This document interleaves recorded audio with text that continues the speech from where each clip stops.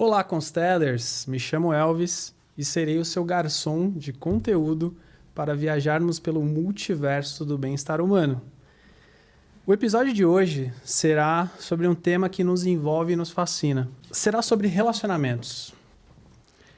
E você que está querendo entender ou melhorar um relacionamento na sua vida, seja na família, seja na amizade, seja no trabalho ou no relacionamento amoroso, namoro, casamento, fica aí porque esse episódio é para você. E você que está na academia, no carro, você que está em casa ou no trabalho, ouvindo ou assistindo, esse episódio é para você. E eu não entrarei nesse episódio, nesse multiverso sozinho. Hoje eu tenho uma pessoa aqui, uma grande pessoa, uma grande profissional, que ela é perita na área da psicologia. E ela vai nos ajudar a navegar nesse multiverso. E, bom, vamos lá, sem enrolação, direto ao ponto com vocês. Fernanda Galindo. Olá, Elvis. Olá, tudo bom, Fernanda? Tudo bem. Presente, por favor, para a galera. Bom, primeiramente, obrigada pela oportunidade de estar aqui falando sobre um tema que é tão importante, né? Relacionamentos humanos.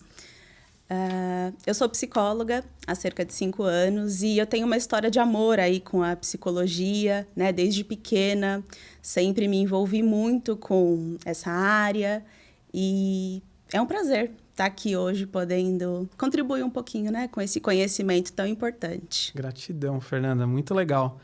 Relacionamento, ele tá na base de tudo, né? Na nossa vida, e eu costumo dizer isso, que a vida é feita de pessoas. Né? Então, a gente vai lidar com relacionamento em qualquer momento ali, qualquer situação. Uhum. E para falar disso, eu queria até provocar um pouco em relação a um conceito. Se você consegue trazer um conceito para a gente do que é o relacionamento, qual a importância dele na nossa vida. Uhum. Legal. Falar sobre relacionamento é falar que a gente está em relação o tempo todo. Então, quando eu penso na relação, eu penso na coisa do dar e receber. Sabe aquele fluxo de troca? Então, toda relação ela é baseada nessa troca. Nós podemos ter relação de cunho profissional, de cunho afetivo sexual, mas nós estamos em relação o tempo todo. E os relacionamentos, eles pressupõem essa ligação mental, emocional, esse apego, né, que nós nutrimos com algumas pessoas. Porque a questão nunca é onde a gente está, é com quem a gente está. Né? E como a gente está sentindo, como é que aquilo está afetando a gente. Legal. E eu acredito que tenha pilares, né, nisso. Por exemplo, a gente sabe que para um relacionamento funcionar, ele precisa de algumas engrenagens funcionando, né? Uma das que eu lembro, assim, de cara, não tem como, é a comunicação, né? Mas você acredita que tenha outras ferramentas ou pilares que é importante a gente ter ali no relacionamento? Legal essa sua pontuação logo no começo, porque se a gente pensa no relacionamento, a gente pensa na questão da convivência. Né? Então, pressupõe uma convivência que pode ser mais ou menos próxima, mais ou menos íntima. Mas para que essa convivência seja saudável, a gente tem que se basear na questão do respeito. Acho que o respeito é muito importante. O respeito com o espaço, com a história, com o tempo do outro. Então, o respeito acho que é a base de todo e qualquer relacionamento. Mas a comunicação é um pilar importantíssimo, porque é a partir desse diálogo com o outro que eu consigo me expressar, que eu consigo compreender, que eu consigo me colocar. Então, eu diria que respeito, comunicação e confiança também são aí princípios bem legais para a gente focar. E a gente está vivendo num mundo mais individualista, né? De certo modo. Acho que muitas pessoas ali entram no seu próprio mundo e, às vezes, deixam a empatia de lado, né? E eu acredito que isso também é um reflexo não positivo que está acontecendo no mundo hoje. Você vê um exemplo, por exemplo, da pandemia. A gente passou por uma pandemia, muitas pessoas pensaram muito em si, outras não. E por aí vai. Esses pilares, assim, mostra que não é só a desigualdade social, né, que a gente vê, mas talvez tenha um ponto ali de empatia, né, de você se colocar no lugar do outro e tal. Sim. E como que você vê isso, assim, em relação à empatia? Por exemplo, você tem pacientes, né? Sim. Como que você vê esse ponto de empatia deles? Eu costumo dizer que a pandemia ela potencializou tudo, né? Porque ela nos colocou ali numa situação em que não tinha mais essa coisa do só eu ou só o outro. Acho que a gente estava ali vivendo uma situação coletiva e falando a nível de relacionamentos, alguns não sobreviveram à pandemia. Alguns acabaram, outros se fortaleceram. E por quê? Porque alguns tinham base. Outros já não iriam sobreviver. Era só questão de tempo. Mas eu acho que a pandemia ela potencializou tudo aquilo de questões humanas, de questões que nós tínhamos já mal resolvidas, e escancarou aí, né? Esfregou bem na nossa cara e nos obrigou aí a tomar algumas decisões, ter alguns posicionamentos. Então, acho que é por isso que tudo ficou tão evidenciado, né? Tão intenso. Sim. Eu vi até algumas matérias falando da China, por exemplo, que teve um número recorde de divórcios lá, então, na pandemia. Então, a China tem quase 2 bilhões de pessoas lá, né? Então, o número de divórcios foi absurdo, assim. E imagina lá que ainda chegou primeiro, que ainda foi um pouco mais intenso, né? A gente está falando de mais gente, de mais impacto. Então, assim, realmente a pandemia teve esse poder transformador, né? Que para algumas pessoas foi mais doloroso e para outras é um pouco menos ou mais tranquilo. Sim. Tem a questão cultural também, né? Porque eles têm uma cultura muito diferente da nossa. Exato. Tal. A cultura latina, ela também é muito mais... Eu não sei definir assim, mas é diferente, né? Então, é bem legal também ver esse espectro aí do tema. E eu acredito que é bem legal a gente começar a pontuar, talvez, os âmbitos, né? Que a gente entende que o relacionamento, ele é aplicado na nossa vida. Então, um dos temas que eu queria puxar com você agora é do âmbito familiar, porque a família é a base, né? Onde tudo começa. A família é uma árvore, né? Que tem a raiz, ela cresce e tem os frutos. Isso. E eu acredito que o relacionamento com a família diz muito sobre você no futuro, né? Cada vez que você vai crescendo e tal. Como que você vê essa relação familiar, assim? Qual a importância? O que você deixaria de exemplos pra gente? Bom, como psicóloga, né, atendo pessoas, estou diariamente escutando queixas, cuidando dessas pessoas. Então, assim, a base familiar é muito importante. E quando a gente pensa em relacionamento, a gente está falando que essa família é o modelo. É o modelo do que a pessoa vai internalizar sobre amor, sobre carinho, sobre cuidado. Essa troca, né? Por que fala-se tanto da mãe, né? Sempre fala da relação com a mãe ou daquela figura feminina mais próxima. Porque a gente está em relação desde o início, porque a gente está em relação o tempo todo. Então, esse relacionamento impacta muito. Porque quando eu falo de relacionamento, eu estou falando de afeto. E o afeto é o que te afeta, é como te afeta. Então, essa família é o modelo que nós carregamos. Então, nós vamos levando isso aí para a nossa vida. E é por isso que a gente precisa fazer terapia. Porque, às vezes, a forma que a gente internalizou aquilo, a forma que a gente lidou com aquilo, pode ter deixado aí alguns traumas, pode ter deixado algumas feridas, algumas coisas que, às vezes, a gente não quer repetir, mas que a gente acaba repetindo, né? Isso impacta a vida da pessoa, traz realmente dificuldades. Então, é importantíssimo, né, esse relacionamento com a família. Por exemplo, falando de traumas, né? Então... Você tem ali um relacionamento difícil entre mãe e filha, por exemplo, né? Dependendo da pessoa, ela não consegue fazer uma terapia, não consegue identificar isso a tempo e ela começa a passar por uma série de processos ruins ali na vida dela. Sim. Tem uma idade ideal para a pessoa buscar ajuda, buscar terapia? O que você acha, assim? Do seu ponto de vista. É legal a sua pergunta, porque a gente costuma dizer que todo mundo precisa de terapia, né? O que todo mundo deveria passar por um processo terapêutico. Mas, na verdade, a terapia não é para todo mundo. Porque nem todas as pessoas conseguem chegar, nem todas as pessoas estão prontas. E aqui eu não estou só falando da questão socioeconômica, eu estou falando de questões emocionais mesmo. É difícil, né? Você se colocar ali vulnerável diante de uma outra pessoa, abrir as suas dificuldades, os seus traumas. Então, assim, se a gente pensa numa criança... A gente deveria entender que o momento de buscar terapia é quando surgem dificuldades. Sejam dificuldades escolares, seja uma alteração no comportamento muito importante. Então, essa criança era calma, de repente ela ficou agressiva. De repente, a gente tem que estar atento a esses sinais para buscar a ajuda de um profissional, né? Um olhar mais atento, mais cuidadoso. E quando a gente pensa já no adolescente, no adulto, o movimento é um pouquinho diferente, porque nós já elaboramos melhor, então a gente entende quando algo está nos fazendo mal. Às vezes não é tão consciente, mas a gente consegue compreender melhor o desconforto. Do tipo, eu terminei um relacionamento e não tô legal, não tô bem no trabalho, então está afetando muito minha vida. Então, para o adulto é um pouquinho diferente, é quando surge ali o desconforto, o incômodo. Ou, às vezes, é simplesmente a necessidade de autoconhecimento. Poxa, eu acho que eu não me conheço muito legal, eu não sei bem qual o sentido, né, de tudo que eu estou fazendo, de tudo que eu estou tentando construir. E as queixas geralmente são essas, né? Mas o momento é muito o da pessoa. Acho que a gente só tem que tomar mais cuidado com a questão da criança, que aí a criança ela não sabe, às vezes, verbalizar isso. Não é verdade? A criança pode fazer uma birra e ela está com uma dificuldade emocional, está com um problema na escola e é um problema em casa, né? Está somatizando isso. Até porque a criança, se eu não me engano, eu vi isso até em algumas matérias falando que ela, até os 6 anos, ela define a personalidade dela. Isso. Mas não quer dizer que ela já está preparada para passar por uma terapia, né? Então, eu vejo muitas pessoas também, né, pelo menos no meu meio ali, que elas começam a buscar mais terapia perto dos 30 anos, que começa a ter algumas crises existenciais, aí começa a se Hoje em questionar. dia é assim, né? Exato. E aí, preciso de ajuda para entender o que eu estou passando. Mas, de repente, você não precisa esperar chegar nessa idade para tomar uma decisão, né? E é legal esse ponto da família que você falou.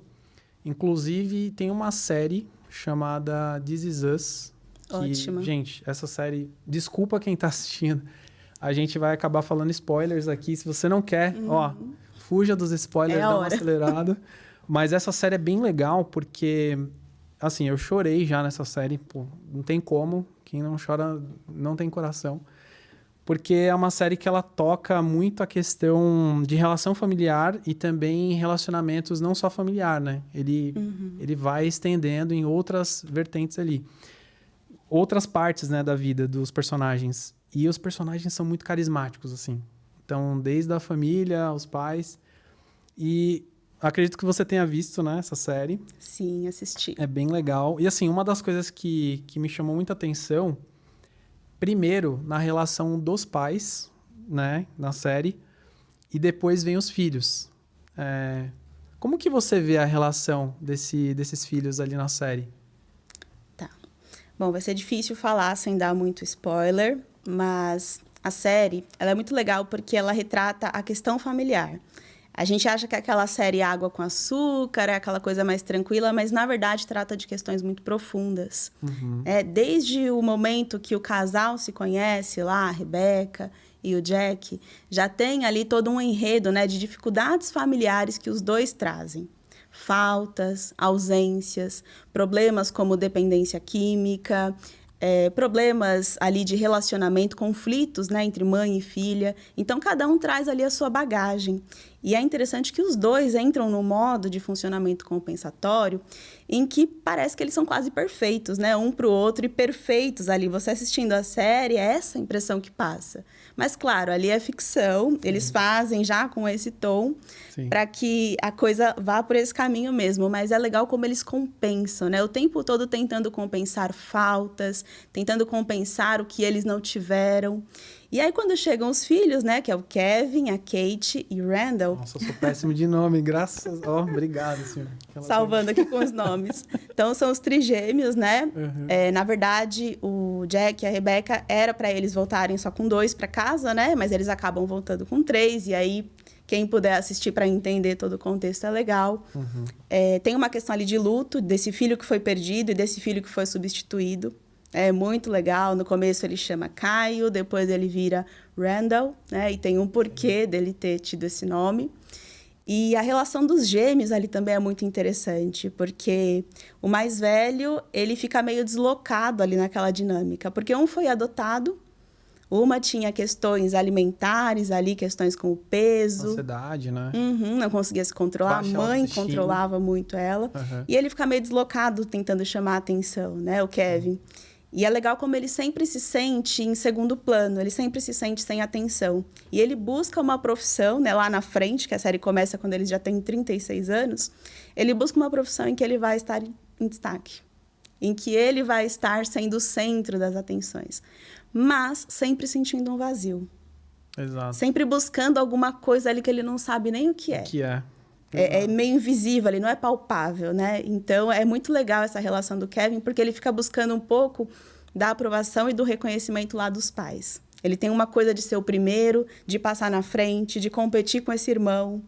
E ele leva isso para a vida dele. É muito interessante de analisar. É muito legal. Randall já é o oposto, né? Randall foi para o caminho do filho perfeito. Aí tinha a superdotação também, essa família descobre mais tarde. Mas a família ali tem um papel essencial, porque esses pais compensam muito as faltas deles próprios, né? Com esses trigêmeos. Muito legal.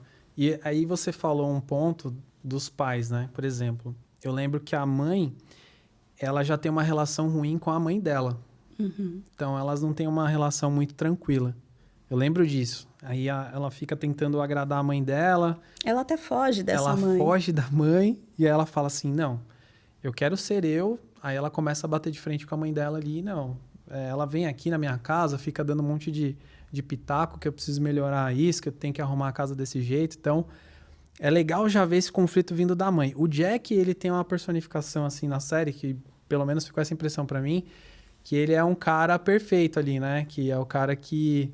Ele deixa o legado dele na família. Os filhos amam de paixão. Tão perfeito que é quase inatingível, Exato, né? Nossa. É um ideal. É o ideal. Cara, é um cara inalcançável ali. Mas, ao mesmo tempo, quando... Gente, ó, spoiler.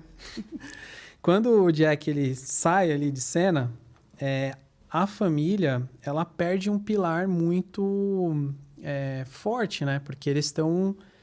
Com o Jack, parece que eles funcionam de um jeito. Quando sai o pai, que é o Jack, parece que a família perde toda a base ali. E a mãe fica com uma carga muito forte. Aí você falou do filho mais velho ali, que ele fica competindo com o adotado.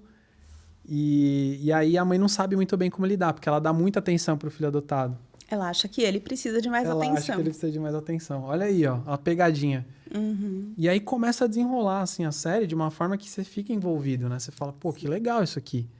E aí não tem como você não trazer pra tua vida algumas coisas, né? Porque eu também tenho irmãos. E aí você começa... Não tem nada a ver a minha vida, né, com os meus irmãos ali. A gente tem uma vida melhor, assim, nesse sentido, mas na questão de você entender o papel de cada um. Né? Tem o mais velho, eu tenho um irmão mais velho, tenho uma irmã do meio, eu sou o mais novo. Então, você começa a ver algumas similaridades em algumas coisas e tem os papéis. Isso que é muito legal. Então, a série mexeu muito comigo, me deixou muito reflexivo. E eu lembro que, mais pra frente, assim, eu não assisti todas as temporadas, mas a série, ela deixou um legado, assim, de entender o seu papel dentro da tua família. Entender qual é o seu lugar. Exato. Pelo menos essa foi a minha lição ali. E não só isso, né? É ter empatia para quem está junto com você na família. Porque cada um tem um papel importante ali.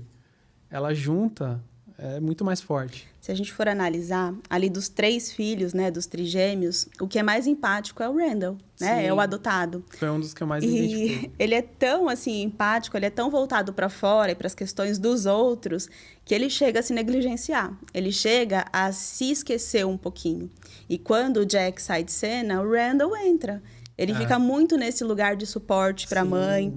Ele fica num lugar ali em que ele quase assume o papel de chefe, né? Da família, da casa. E isso gera ainda mais conflitos com o Kevin. Perfeito. Porque o Kevin vem buscando esse lugar a vida inteira. Ele tá sempre ali, né? Meio que de lado, com um olharzinho meio triste. E é legal que a série vai fazendo essa volta no tempo, né? Na verdade, ele não tem tempo. É tudo uma coisa só. Vamos pensar num círculo, né? Num looping. Então, fica indo e voltando. Porque é assim que funciona dentro da gente. As nossas memórias, os nossos afetos, tudo vai se conectando e se conecta com o que a gente viveu lá primeiramente. Então, quando a gente está repetindo uma coisa, a gente está ressignificando, né? A gente está tentando elaborar aquilo. E é muito interessante porque cada um vai por um caminho, né? A Kate tem as dificuldades alimentares, tem a questão do controle, a mãe controlava muito ela. Sim. E é interessante que a Rebecca não gostava do controle da mãe. Mas fazia o mesmo. Mas de uma forma, né, inconsciente, ela acaba caindo nesse mesmo lugar e controlando a Kate, controlando a comida. Porque o que os meninos comiam, a Kate não podia comer. Então, assim, desde cedo começou uma associação negativa aí com a comida, toda essa rigidez. A Rebeca, ela sofreu com uma mãe rígida e ela também se tornou uma mãe rígida. Muito mais rígida com a Kate, né? Fica muito mais evidente ali. Mas com o Kevin também, ela era muito dura às vezes, né? Só com o Randall que ela parece que pega um pouco mais leve porque ela entende que ele tá nesse lugar aí em que precisa, né? Precisa de um pouquinho mais. Que legal. E esse negócio que você falou da Kate, com a Rebeca, que é a mãe, por exemplo, a gente... É real isso, né? Quando você tem um ponto que você não gosta de uma pessoa, às vezes você pode ter esse mesmo ponto que você não gosta. Se chama projeção. Projeção, o nome? Pela psicologia, né? Pela psicanálise, a gente chama isso de projeção. Então, o que está em mim eu não consigo resolver ou lidar internamente, eu enxergo no outro. Então, ela não gostava do que a mãe fazia com ela, mas ela acabava, de certo modo, projetando isso na filha dela. De alguma forma, essa necessidade de controle também estava dentro dela. Olha aí, galera.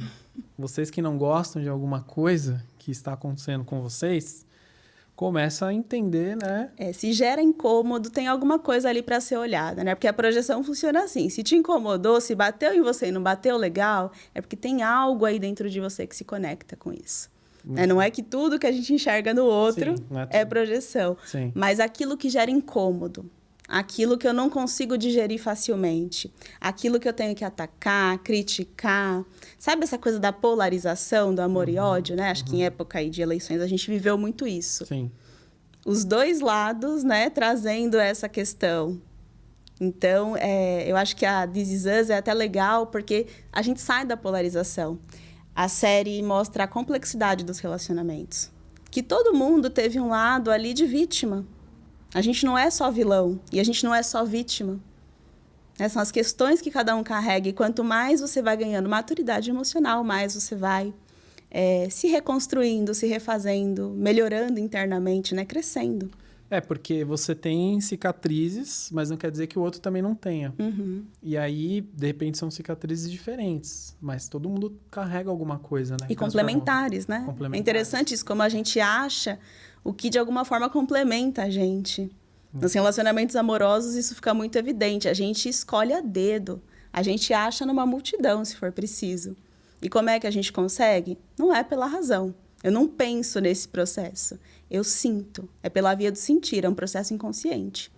Lá, baseado nos modelos, né? Como é que foi a relação com o pai, com a mãe, ou com quem cuidou. Pode não ter sido seu pai, sua mãe, mas, de repente, teve ali um cuidador com quem você se vinculou mais, né? Lembra que a questão do relacionamento é o vínculo. Então, com quem você se vinculou mais? Que modelos você carrega? O que foi internalizado sobre amor? Porque, no fundo, Elvis, todo mundo aqui está buscando amor. Tudo acaba no amor. Então, tem muito a ver com essa busca pelo amor dos pais. A busca dessas pessoas, né? O amor dessas pessoas tão importantes pra gente. Todo mundo quer se sentir importante, né? Em algum momento, é inevitável, é do ser humano. Mesmo. Quer fazer parte de algo, então... Sentimento de pertença, né? Legal. Desde a adolescência, você quer fazer parte de um grupo ali. Pô, eu quero fazer parte de um grupinho ali da escola, né? Então, você quer fazer parte de algum lugar, você quer ser importante, mas você acaba... às vezes, deixando de ser você para fazer parte de um grupo. Então, você precisa entender quem é você, quais são as suas cicatrizes, o que te transformou, né, na pessoa que você é hoje. Não é o que acontece, mas sim o que você faz em relação ao que aconteceu, né? Perfeita a sua fala, porque acho que na vida, o mais importante não são os acontecimentos. É como a gente reage frente a eles. Então, quando eu penso em terapia, eu penso em ferramentas, eu penso em recursos de autoconhecimento e inteligência emocional também, para que você possa reagir melhor. Tanto tratar dessas feridas, desses traumas que de repente a pessoa já tenha, quanto desenvolver recursos para enfrentar. Porque não é flores, não vai ser fácil, a gente sabe bem disso. Mas quando você tem o suporte emocional, quando você compreende, fica um pouco mais leve, né? Fica um pouco mais tranquilo da gente seguir. Por exemplo, assim, com os seus atendimentos, você tem muito caso relacionado a pai e mãe, também família? Ou isso se divide, assim, como que é? É interessante isso porque eu me especializei em relacionamentos, acabei caindo via, digamos assim, justamente pelas queixas que chegavam, né? Eu saio da faculdade, vou lá fazer uma coisa mais sistêmica, mais familiar, que também está relacionado a isso, mas não estava tendo muita demanda. E aí começa a chegar muitas queixas afetivas. Pessoas saindo de relacionamento, pessoas com dificuldade para sair de relações disfuncionais, pessoas com muitos traumas nessa parte afetiva, pessoas lamentando nunca terem vivido um amor, né, o desejo, aquilo que não foi vivido. Então, comecei a perceber que tinha muito disso. E, às vezes, a pessoa chega com uma queixa amorosa de um luto por término, porque término também gera processo de luto na gente, né? Então, às vezes, a pessoa chega com a questão do luto do término, mas você vai ver tem uma questão ali familiar muito importante, né? Como a gente fala, às vezes, o buraco é mais embaixo. Não é aquilo que está no superficial. Então, claro que a gente vai escutar aquela queixa inicial, a gente vai olhar, porque é aquilo que está incomodando o paciente, mas à medida que a terapia avança e o processo ele vai aprofundando, a gente consegue, sim, perceber que tem outras questões ali de pano de fundo. E é legal ver como homens e mulheres se comportam diferentes. Você já deve ter percebido isso, né, com a página. Sim. Homens demoram mais para buscar ajuda. Autoconhecimento. Mas é interessante que os processos com homens costumam ser mais profundos. Né? A gente tem uma ideia de que homens ficam mais no superficial ou são educados para isso, mas na terapia eu observo o contrário. Eles podem chegar por meio dessa superficialidade, mas o processo ali no meio vai aprofundar e eles conseguem trazer, às vezes, questões muito mais complexas do que as próprias mulheres, que são mais educadas para falar sobre sentimentos, para ter um autocuidado ali, né, até emocional mais intenso. Então, acho que é legal trazer isso para, de repente, quebrar esse tabu, né? De que homem não chora, homem não busca ajuda. E trazer todo mundo, né? Pode fazer. Todo mundo pode se beneficiar desde que tenha o desejo e esteja aberto para isso. E o homem, ele tem... É igual você falou, assim. O homem, ele tem aquela questão que ele tem que ser a rocha firme, não sei o quê. Até dentro das famílias, né? Ele tem que ser, né, o ponto de força. Mas por trás disso, gente, tem uma gema ali que precisa de ajuda, né? Também. Tem alguém, né? Tem um ser humano. Acho que para além das questões de gênero, a gente tinha que olhar para as questões humanas. Que exato. todos sofrem, né? Todos podem sofrer. E dor é uma coisa que a gente não dimensiona. Exato. Dor é uma coisa que a gente nem compara, né? A minha dor não é maior ou menor que a sua. Cada dor é de um jeito. E aí, quando você, de repente, numa sessão, você consegue tirar, às vezes, uma coisa que sai ali do homem... Começa a sair um monte de coisa, né? Você vai falando... A caixa de Pandora, como a gente fala, né? Todo psicólogo fala isso, mas é real, esse meme. Então, e bem interessante. Uma coisa que você também falou da série, que eu lembrei aqui, é que você falou da questão de quem cria. A pessoa que cria, ela é a pessoa responsável pela relação afetiva. Não é necessariamente o pai e a mãe. Por que eu tô falando isso? Porque tem casos, acho que a gente está vivendo num país que a gente sabe que tem muitas separações também. Dependendo da idade da criança, afeta totalmente a personalidade da criança, acredito eu. Você pode até falar melhor que eu. E aí, como que é a separação, assim, em específico? Sei lá, mãe e pai separam, eu não sei como fica essa questão do filho, com quem ele tem que ficar. Eu não entendo muito dessa parte, assim. Você tem algum caso que tenha isso, ou que você consiga dar exemplos? Bom, às vezes chegam alguns casos de pessoas que estão em processo de separação, divórcio. Às vezes acontece a disputa por guarda dos filhos, né? Quando os pais não conseguem se entender ali e chegar num consenso do que é melhor para a criança. Porque, na verdade, quando tem a separação, os filhos deveriam ser deixados de fora disso. É um conflito do casal. O casal pode estar se encerrando, pode estar terminando a relação, mas a família não acaba. A separação ou divórcio não tira a família. Pelo contrário, essa família vai continuar existindo, mas de uma forma diferente, né? Numa configuração diferente. Então, é muito interessante que os pais ou quem esteja passando por isso tenha essa consciência de que os filhos deveriam ficar de fora e ser trabalhado o que é melhor para eles. Às vezes fica aquela disputa, né? Até usando o filho para atingir o outro. Então, eu vou tentar tirar isso para que essa pessoa não se sinta bem, para que essa pessoa não pareça que saiu ganhando na história. Mas, na verdade, tem que ver o que é melhor para a criança. E tem que ver também como é que essa criança está lidando. Porque, às vezes, para a criança é um alívio a separação dos pais. Né? Ela pode, sim, sofrer com a questão da separação, Mas, às vezes, a criança está lidando com violência, ela está lidando ali com uma situação em que ela tem que tomar o partido, ela quer proteger algum dos lados. Então, assim, tem situações muito complexas e dolorosas que essas crianças, às vezes, são colocadas. Então, acho que é interessante deixar a criança de fora, mas pensar no melhor para ela. Esses pais estão se separando, mas o papel de pai e o papel de mãe continua. Eu lembrei de um podcast que eu vi, que é de um influenciador. Não vou citar o nome dele, mas é um influenciador que ele joga game. E ele falou que ele teve uma relação com o pai e com a mãe que foi muito difícil, assim. Ele falou que os dois brigavam muito, os pais. Então, ele não aguentava mais ouvir aquilo. E ele achou um caminho, quando ele era adolescente ali, que era os games.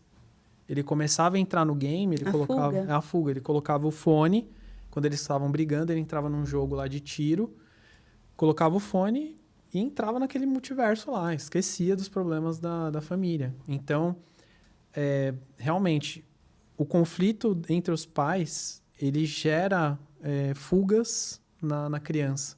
E ela tenta fugir daquela situação.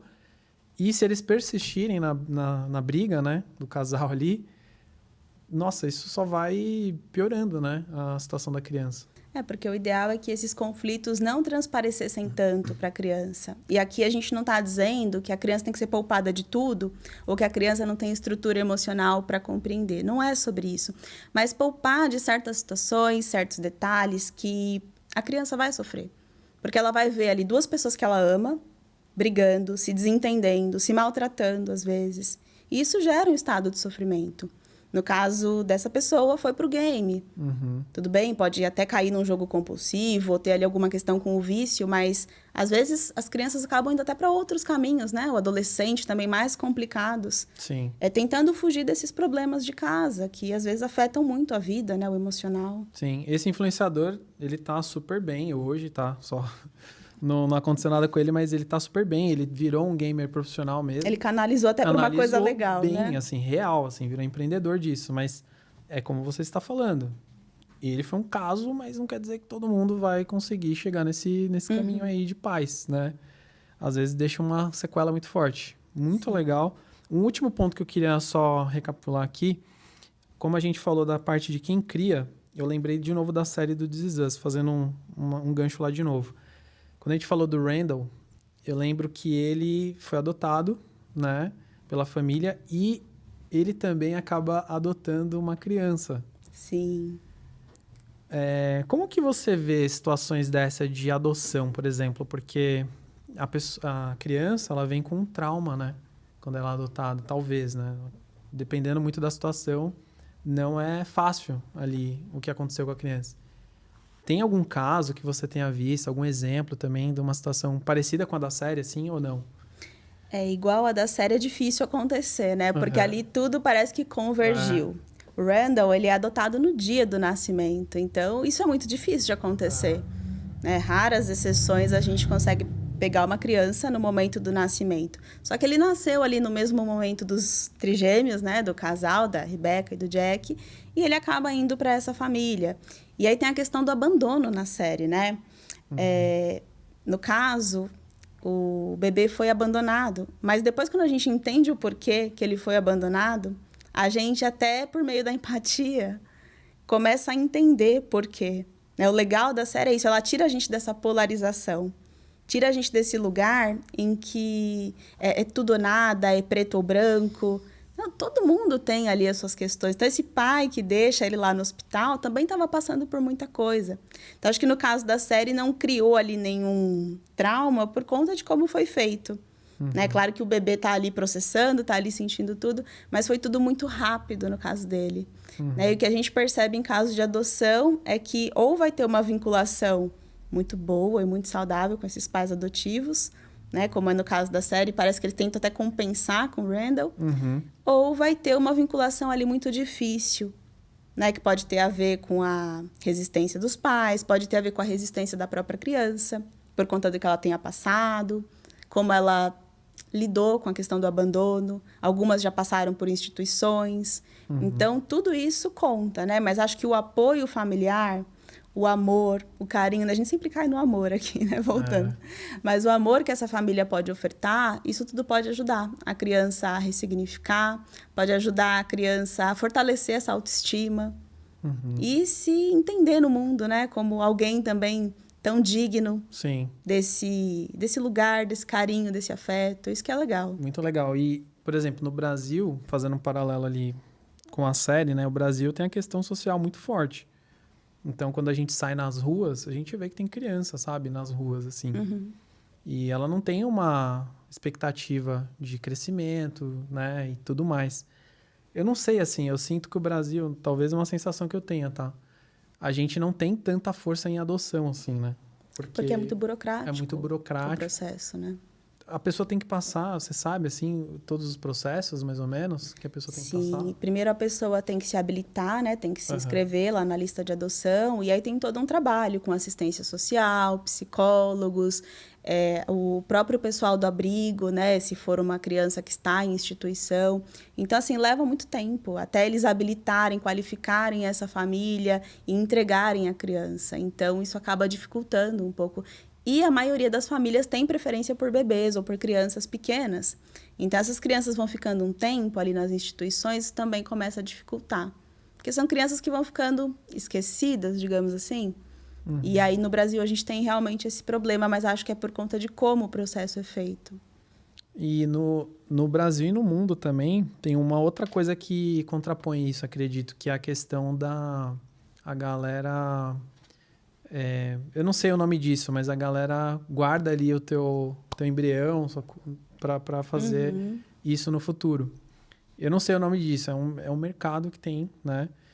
E eu acredito que isso conflita também com o interesse de adotar, né? Porque a pessoa prefere ter um filho por outra pessoa, mas que seja dela, do que ter uma adoção.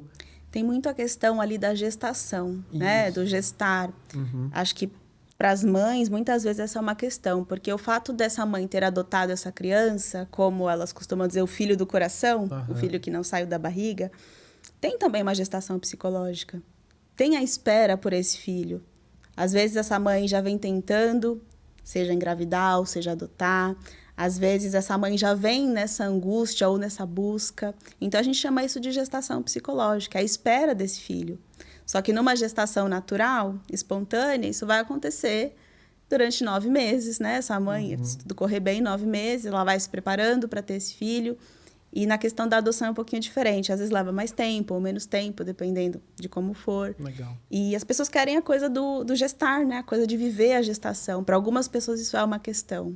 Tem a questão acho que não vou conseguir acolher. Eu acho que é isso. Tem a questão do tempo, né, Fernanda, também. Por exemplo, a mulher, ela tem um tempo ali para conseguir ter essa gestação também, né? Biologicamente falando. E aí, como que é essa questão também para a mulher? Eu posso falar como mulher, né? Aí menos como psicóloga, mas acredito que hoje, com a emancipação, com a independência da mulher, isso está se tornando uma questão. Porque se lá atrás as mulheres casavam mais cedo e já iam se dedicar à questão familiar, hoje nós temos mulheres de 30, 35, 40 anos que estão no seu auge, né, profissional, que estão querendo focar mais em si. Então, acaba sendo bem conflitante, né? Muitas vão fazer congelamento de óvulos ou congelamento de embriões. E é uma questão aí que a gente tem para trabalhar, porque as coisas mudaram. É igual à terceira idade, né? Hoje a gente tem muitos idosos, muito mais idosos. Então, como envelhecer de forma saudável, produtiva, e acho que a questão da maternidade e da paternidade também passa por isso, né? E a maternidade ainda tem a questão biológica desse corpo, dessa vida dessa mulher, como é que tá, né? Porque a maternidade exige ali um certo... Cuidado, né? Você vai ter que anular algumas coisas da sua vida, né? E aqui eu tô falando sem romantizar. Sim. Não é que o filho vai anular tudo, mas durante um tempo você vai ter que estar disponível, você vai ter que estar ali cuidando. E aí como é que fica, né? As pessoas querendo viver essa coisa do imediatismo, essa coisa do profissionalismo, quero focar na carreira. Acho que pega. Você pega alguns exemplos dos famosos aí, né? Por exemplo, eles têm que dividir a vida que é bem corrida deles, sei lá. Dá um exemplo aí, uma cantora, né? Não vou citar nome, mas uma cantora, ela tem que dividir ali a vida dela profissional e pessoal. E às vezes ela não quer passar por esse momento, porque é o que você está falando. A mulher, tipo o homem, ele não passa por esse processo que a mulher passa. A mulher passa por todo um processo, tem que carregar, né, a criança e tal, e tem que se anular de algumas coisas também, né? É a questão, acho que do social também, o que é exigido dessa mulher. Hoje é exigido que essa mulher seja multitarefas, tenha muitos papéis. E como é que você faz tudo isso encaixando a maternidade? Né? Algumas conseguem, outras não conseguem, acabam abrindo mão ou postergando. E tem também aquelas que não querem. Né? E às vezes é cobrado dessa que não quer, mas como não quer? Sim, exato. Então a gente tem que se focar muito, né? A questão do autoconhecimento, acho que é isso, o que faz sentido para mim. Exato, naquele momento, né? A minha mãe, por exemplo, né? Você tá um exemplo dela. Eu tenho mais 2 irmãos, né? Sou o caçula. Só que minha mãe praticamente cuidou dos 3, assim, sozinha. Então, ela teve a separação ali do meu pai. Eu já tinha nascido, né? Eles já estavam separados e eu vi que ela conseguiu segurar as pontas sozinha, assim. A mulher tem esse negócio de... Ela é a leoa, né? Ela protege ali os filhos e vai embora, assim, entendeu? Então, eu não sinto... É curioso, né? Eu não sinto falta, uma falta masculina ali do meu pai, porque meu irmão mais velho, ele meio que fez essa parte, essa figura Acabou do entrando. Randall. Exato. Ele Sempre tem alguém que vai, né? Exato. Então, eu me espelhei muito nele, né? Ele era a figura masculina que eu olhava. Então, é bem legal isso aí, bem interessante. Eu acredito que é isso. A gente tem que entender, né, os momentos, né? Finalizando ali, entender os momentos que a gente está passando, se faz sentido passar a trilhar aquela situação, entender os traumas que te machucaram lá atrás, aprender com eles, lidar e a forma que você lida com os traumas, né, que faz você ser uma pessoa preparada ou não, e seguir. Acho que é isso, né? Acredito que a gente passou por vários percursos. Você vê que legal isso que você acabou de falar, da questão do masculino e do feminino. Aí a gente já tem uma pista, né? Você já soltou aí uma dica. Internalizou que a mulher é essa leoa, a mulher é essa figura. Então, provavelmente nos seus relacionamentos isso apareça. Sim. Né? Tem uma expectativa. E essa expectativa surge de onde? É do nada? Não, é da nossa fantasia. É do que a gente viveu e do que a gente fantasia baseado nisso. Então, quando a gente começa a se relacionar com alguém, a gente não está começando do zero. A gente já tem ali uma figura, uma ideia de algo que a gente imagina. E a gente coloca o outro nesse lugar. Então, é por isso que as pessoas, às vezes, repetem tanto. Ciclos, relacionamentos. Padrões. Sim, faz sentido. Cai sempre no mesmo, né? Foge, cai no mesmo. Cai no mesmo termo.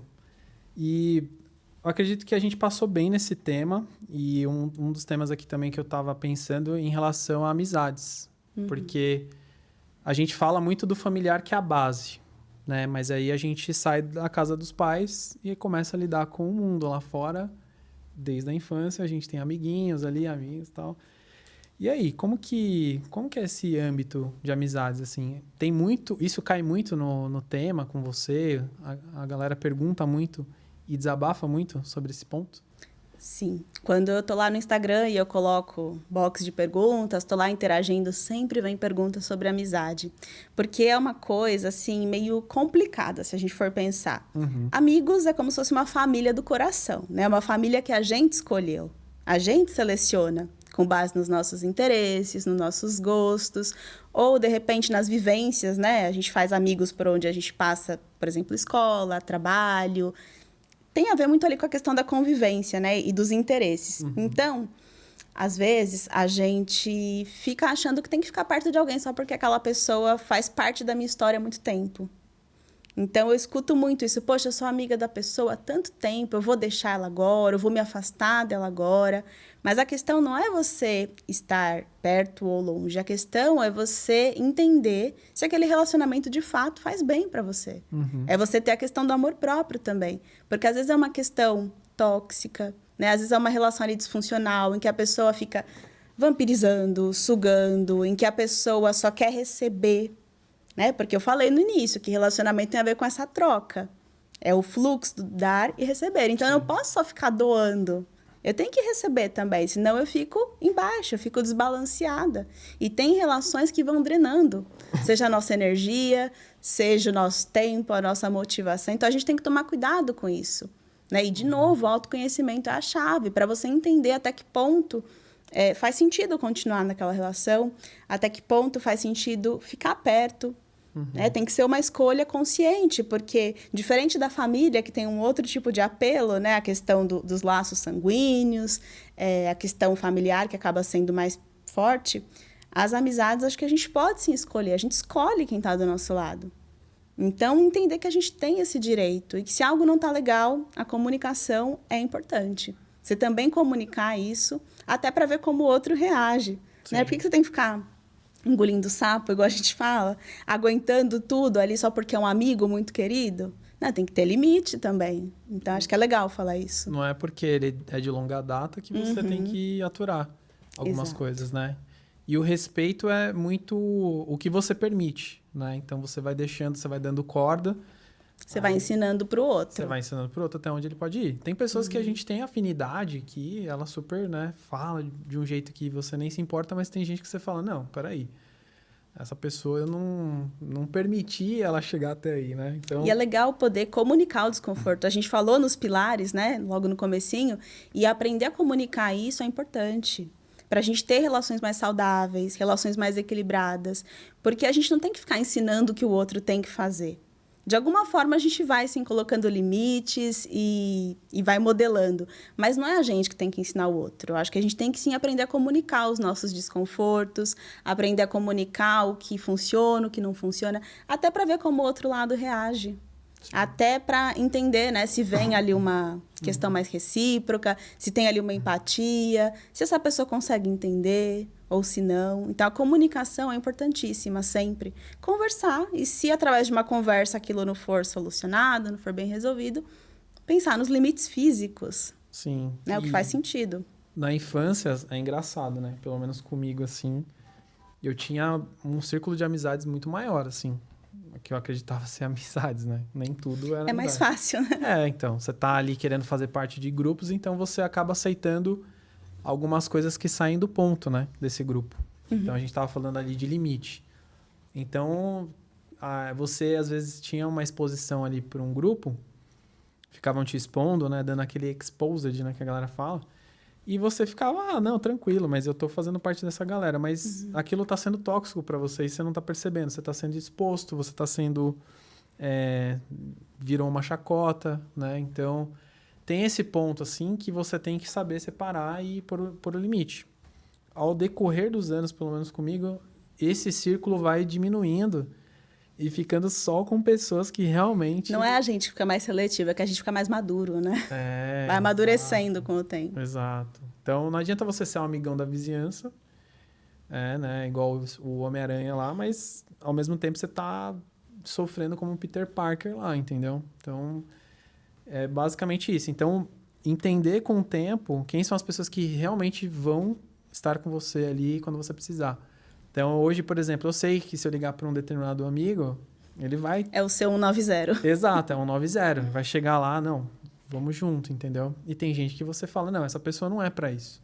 De repente é só para ir tomar uma e conversar, jogar papo fora. Exato. A gente tem que saber, né, separar os amigos de bar, os amigos, né... Tem colegas, né? De cada situação. Níveis, né? São níveis de amizade, digamos assim. Exato. Por exemplo, uma coisa que eu percebia.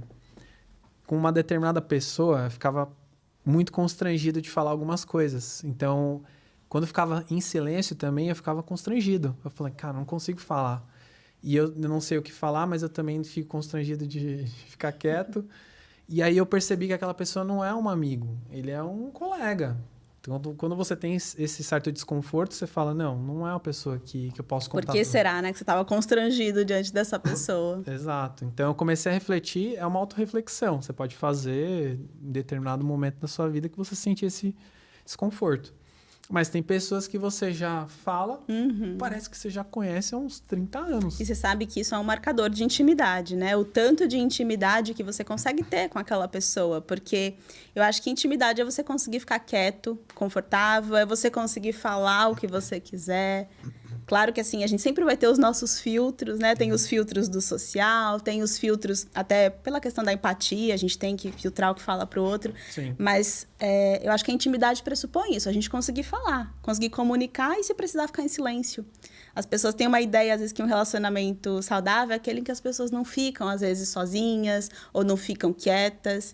E, gente, esse ócio, né? Esse tédio, que é para algumas pessoas, é saudável. Sim. Poxa, como é bom eu poder simplesmente estar do lado de alguém ali quieto. Sim. Sem precisar falar, sem precisar estar mexendo no outro, ou estar ali numa performance, né? Tá atuando ou mostrando alguma coisa. Então, acho que isso é muito legal. E tem a questão da identidade também, né, Elvis? Você falou do Homem-Aranha e do Peter Parker. Eu acho que é muito isso. Os adolescentes, eles têm essa coisa da afirmação da identidade. Então, estar no grupo é isso. É ter uma identidade. É se sentir parte daquilo. E é por isso que os adolescentes, às vezes, precisam do grupo, ou ficam passando, né, de grupo em grupo, várias tribos, até entender qual é o seu lugar. Então, esse movimento faz parte ali da emancipação e da construção da personalidade. Ele é saudável até certo tempo, mas se você já está aí nos seus 25, 30 e continua nessa pegada, e tem alguma coisa, né? Talvez você precise aí de um processo mais focado para você entender de onde é que vem essa necessidade, por que é que você tem que agradar o outro, da onde vem a dificuldade de comunicar certas coisas, né? Ou de pertencer a certos grupos. Aceitação. E uma das coisas que eu fiquei pensando aqui também, né? Eu gosto muito de viajar. Sempre quando é possível, eu consigo fazer uma viagem ali. E uma coisa que eu aprendi a fazer, que para mim fez muito sentido, né? Depende muito da pessoa. Para mim faz muito sentido viajar sozinho. Olha que legal. Eu achei esse caminho, que era uma coisa que, sei lá, no passado ali eu falava, não, imagina, ficar viajando sozinho. Imagina. E hoje eu consigo super fazer isso, né? De uma forma e fico tranquilo, assim. As pessoas ficam, ué, mas você tá sozinho? Tem gente que parece até que é errado, né? Que é estranho. Fica, meu Deus do céu, esse menino tá sozinho aqui, como assim? Inclusive, até numa viagem, eu fiz até uma amizade com umas senhorinhas assim no avião. Elas falaram, mas sua mãe sabe que você tá aqui? Eu falei, sabe. Elas, não, se você precisar de alguma coisa, a gente pode, pega o nosso contato. Elas queriam me acolher porque eu tava sozinho. Porque não é uma coisa muito comum, talvez, né? Mas eu super entendi isso porque tem momentos que você quer viver alguma coisa só. Como eu percebi isso? Eu gosto muito de cinema, por exemplo. E aí eu queria ver um filme lá, sei lá, gosto muito de filme de herói e tal. Aí eu chamava os meus amigos. Aí eles não podiam, às vezes tinham compromisso e tal. Aí no começo eu perdia, né? Você deixava de ver o que você queria. Exato, eu perdi o momento que eu tava empolgado pra ver. Eu falei, não, quero ver o filme e tal, mas perdia por conta das amizades. Aí eu falei, quer saber? Não tem problema ir sozinho no cinema, porque eu quero ver, entendeu? Isso é muito legal, quando a gente consegue fazer isso. É libertador. Eu vou por mim. Eu vou por mim. Eu vou só, se precisar. Show, eu já cansei de chamar amigos pra show e às vezes eles não podem, às vezes eles não curtem tanto o artista que tá lá, tudo certo. Tem o direito deles. Só que aí eu falei, eu não vou perder essa oportunidade, porque eu quero ver. É um momento meu. Eu quero passar por esse momento. E é muito curioso, galera, porque os constellers aí que estão assistindo, que quando você passa por uma situação dessa, e aí você vai para uma situação de viagem, show, sei lá, qualquer tipo de entretenimento seu que você quer passar, você às vezes acaba conhecendo pessoas lá, nesses lugares que você está indo. E é muito massa. É muito massa. Você vai numa viagem, sei lá, qualquer. Aí você conhece uma galera, um grupo que tá na mesma vibe que você. Já aconteceu várias vezes comigo, entendeu? E eu falo, pô, que legal. De repente, quando você tá com uma amizade, talvez você não se conecte. Você ia ficar focado ali em quem tá com você, não ia se abrir para essa experiência. Exato. Né? Pelo menos é uma sensação que eu tenho. Um outro ponto também. Quando você tá com uma amizade, por exemplo, numa viagem, você entra muito no ritmo da pessoa, que você tá citando esse exemplo. Eu sou um cara que gosta de ter um horário mais flexível. Tem gente que... gente, nada contra aí, mas tem gente que gosta de curtir 100% a viagem. Não dorme, acorda cedo, dorme tarde para conhecer todos os lugares possíveis. Beleza. Eu já sou um cara que gosta de descansar um pouco, porque viagem é pra descansar. Boa. É. E aí já aconteceu situações que eu viajei e a pessoa super queria... não, vamos... Pessoa acelerada. Vamos acordar às 5 da manhã, vamos correr, vamos não sei o quê... Não, entendeu? Não tava afim. E aí gera um... Esse não é o meu rolê. Exato, aí gera um desconforto. Tem dia que eu tô, mas tem dia que eu não tô e depende muito, né? Então, assim, eu pelo menos vou tentar definir isso, mas faça as coisas que você quer e não deixe de fazer por conta de um amigo, né? Uma amizade. Acho que é mais ou menos por aí. Então, É saber equilibrar as coisas, né, Elvis? Eu acho que o que você está falando, na verdade, é sobre autoestima. Porque a autoestima, eu também entendo como esse relacionamento que a gente tem consigo mesmo. Então, quando esse relacionamento tá bom, tá gostoso, tá saudável, a gente consegue fazer esse movimento de beleza, o outro não pode, ou não tem alguém para ir comigo, eu vou. Porque eu tô bem, eu não tenho essa dependência do outro. Porque a gente entende que é um ser descolado, independente do outro, e que se essa é a minha vontade, por que não? Por que não fazer? Por que não ir? E mesmo indo só, é uma experiência muito boa. É o que você falou, você se abre muito mais. E quando a gente está em par, seja casal, seja com amigos, a gente tende mesmo. Algumas pessoas flexibilizam mais, outras menos, né? Tem aquelas que são mais controladoras e gostam de controlar os horários. Fazem quase que um roteiro ali. Tem o roteiro da viagem, a pessoa faz um roteiro em cima daquele. tem que seguir aquilo lá, porque senão... São muito rígidas, né? Então, né? isso acaba trazendo ali um conflito. Vai trazer para quem estiver do lado. Alguns levam mais de boa, outros se estressam, né? Não aguentam, não conseguem ceder. Então, acho que isso que está falando é autoestima. Quando a gente está com a nossa autoestima legal, a gente consegue, sim, fazer esse movimento. E é bom, é saudável, às vezes. Mas aí tem um contraponto também, que também não é, nem tudo é flores. Eu fiquei pensando em relação... Eu já ouvi isso de muitas pessoas, né? Mulheres têm muito medo de viajar sozinho. E eu entendo a questão feminina. Porque, por exemplo, eu conheci uma menina que ela foi para o Marrocos. É um país extremamente machista. Outra cultura. Outra cultura. Os caras queriam comprar ela com um monte de camelo. Meu Deus. É uma coisa bizarra, assim. Então ela falou, gente... Que experiência, né? É uma experiência difícil. que ela foi com uma amiga, ela morreu de medo, assim. Então tem essa questão também que não é tudo flores, né? A gente sabe que tem riscos. O homem, tipo, ele tem medo também. A mulher tem 3 vezes mais, né? Porque ela pensa sempre o pior, porque... A mulher, ela tem que se preocupar com mais coisas, digamos assim. Né? Então, se ela for para algum lugar, ela vai ter que pensar se nesse lugar é um grupo só de mulheres, ela vai ter que pensar se onde ela tá tem segurança, ela vai ter que ver essa cultura local. Por exemplo, tem culturas, né, lá no Oriente, que são mais machistas, que são mais fechadas. Então, nesses lugares, é difícil para uma mulher circular sozinha, é difícil para uma mulher também passar por isso, né? Então, acho que a mulher, até por conta do machismo e por conta de toda essa cultura, acaba sendo mais difícil mesmo. Ela tem mais questões para se preocupar. Saber onde está indo e com o que ela pode se deparar lá. E sempre tem que ter alguém sabendo também, né? As mulheres costumam fazer muito isso. Eu tenho amigas, atendo muitas mulheres também. Então, é sempre assim, minha mãe sabe, minha irmã sabe, estou compartilhando a localização. É sempre assim, né? É quase que um controle em cima dela, mas a questão desse controle, que também é cuidado, é por conta de como a nossa sociedade se organiza. A mulher, de fato, ela acaba mais exposta em algumas situações e tem que se preocupar com mais coisas. Então, isso às vezes dificulta mesmo, né? Quando pensa numa viagem só, pensa em sair sozinha, porque tem a questão do assédio, tem a questão toda em volta, né? Dos comportamentos machistas. Então, acho que essa é uma questão, sem dúvida. E, por exemplo, eu tinha uma experiência, assim, de ficar sempre em hotel, essas coisas. Quando eu fui para uma experiência de hostel... É muito legal, porque você faz muitas amizades também lá no lugar.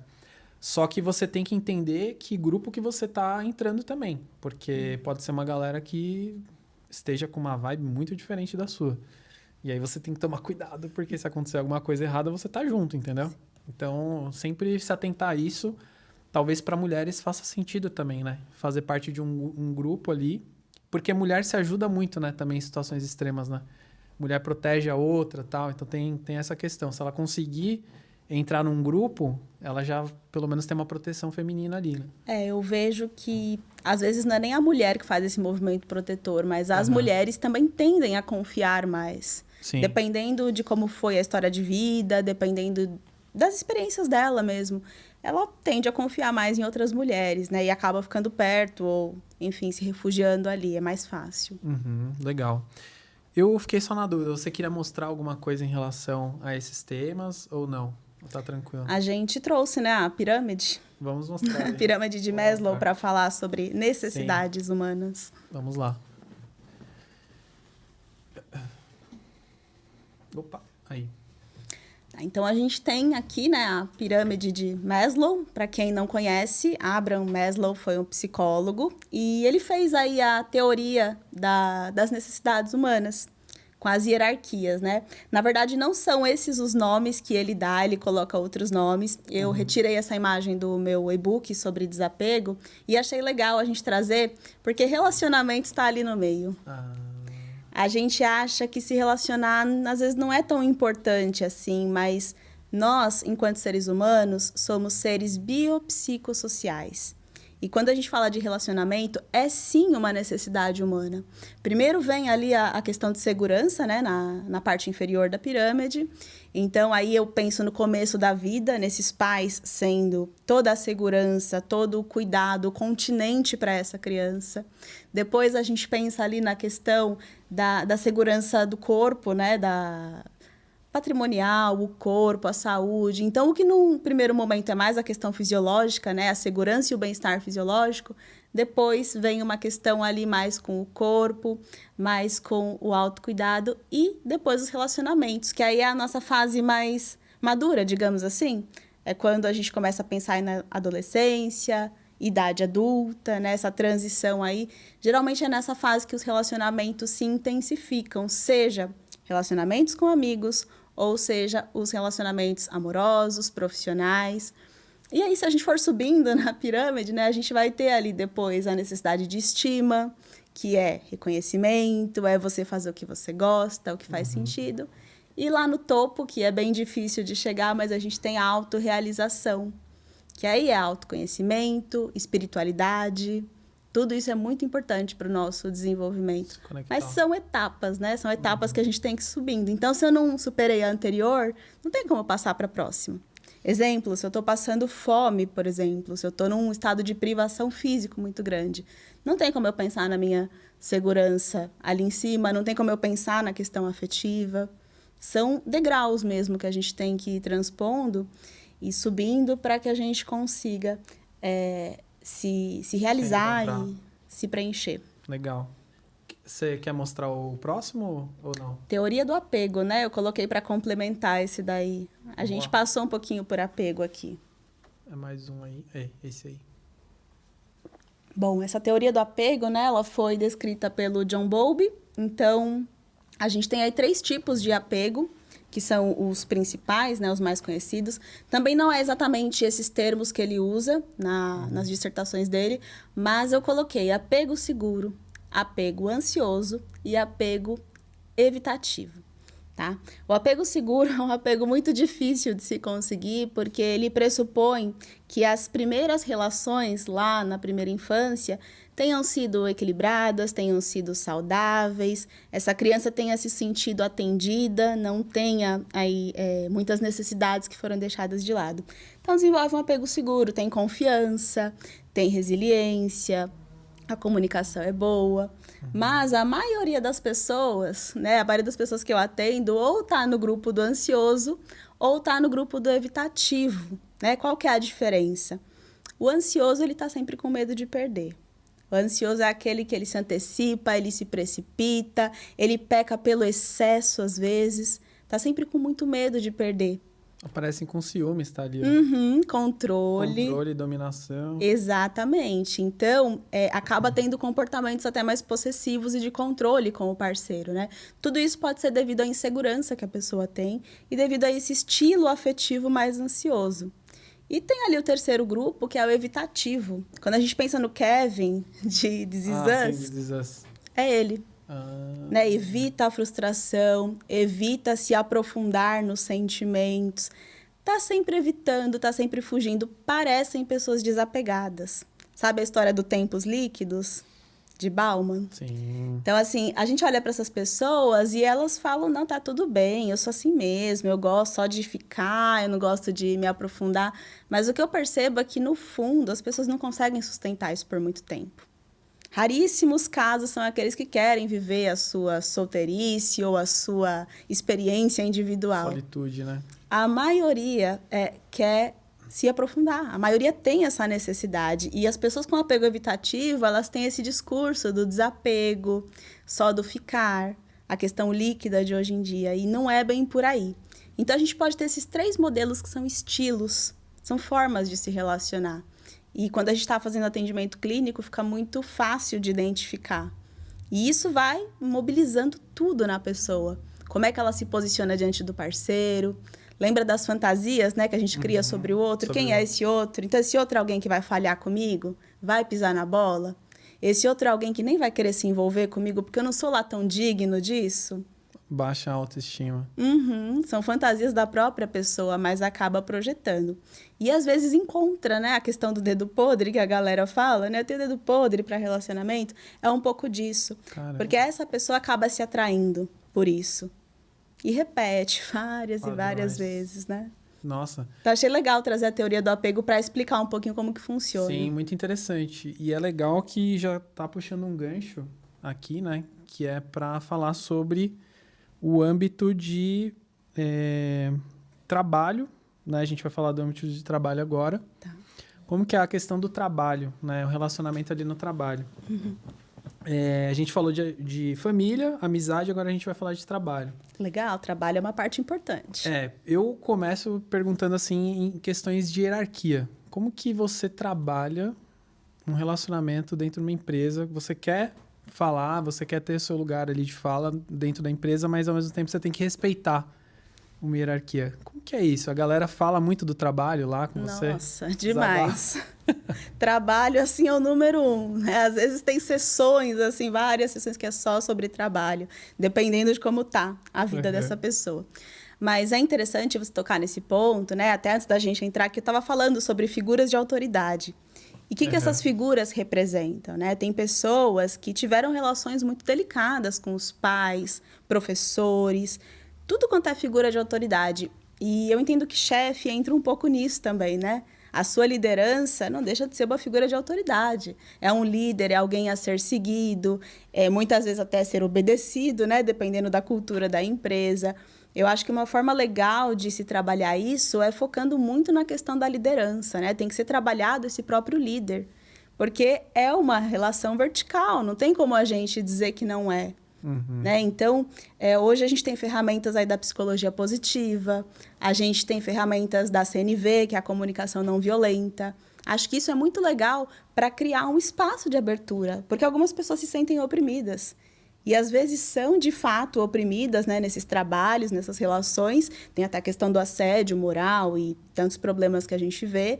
Mas, às vezes, também é uma dificuldade da própria pessoa. Ela vai revivendo isso com essas figuras de autoridade. Sim. Então, se eu tive uma mãe muito difícil, provavelmente eu vou esbarrar em chefes, né, mulheres, que às vezes vão me irritar, vão me tirar do sério. Eu tinha muito isso. Quando eu estava nos meus trabalhos, né, antes de ser psicóloga, eu sempre encontrava alguma mulher que eu ficava ali, sabe, me irritando, me estressando, e aquilo se repetia muito na minha vida. E aí, em terapia, eu descobri que aquilo eram questões mal resolvidas lá da minha infância, né? Eu tinha uma coisa de enfrentar também. Eu queria falar, eu queria responder, não queria levar o tal do desaforo.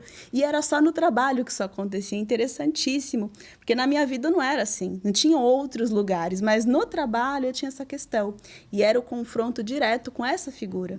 Então, olha só como influencia, né? A questão da família, dos modelos. Então, acho que é legal o autoconhecimento para fazer essa leitura. Se, de fato, é uma questão que está acontecendo ali no trabalho, uma questão ali de cultura organizacional, né, e da própria liderança, ou se às vezes não é uma dificuldade sua, né, uma questão mais emocional sua, que aí a terapia é uma ferramenta maravilhosa para investigar, para aprofundar e trabalhar. Muito legal. Esse ponto da interação com os líderes eu tive também na época que eu era um pouco mais jovem assim, e eu tinha um negócio de não querer responder, então eu ficava muito quieto, e aí irritava mais ainda eles, porque eles queriam que eu me posicionasse.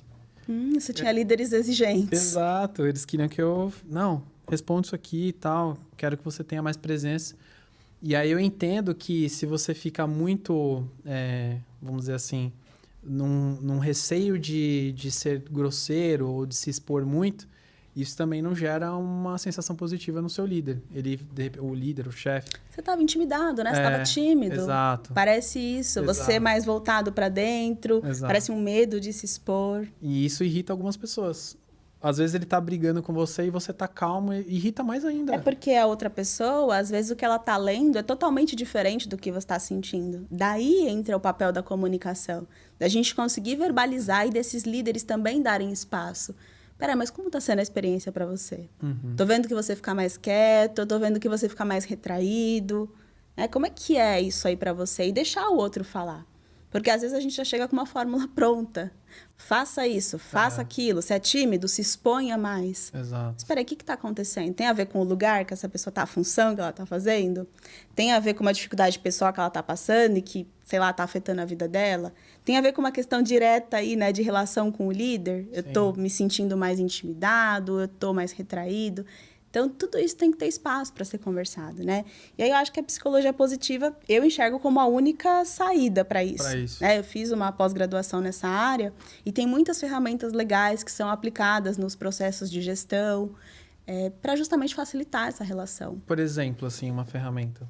Tem várias escalas, tem vários questionários, tem inventários que a gente aplica para medir o nível de felicidade, de bem-estar.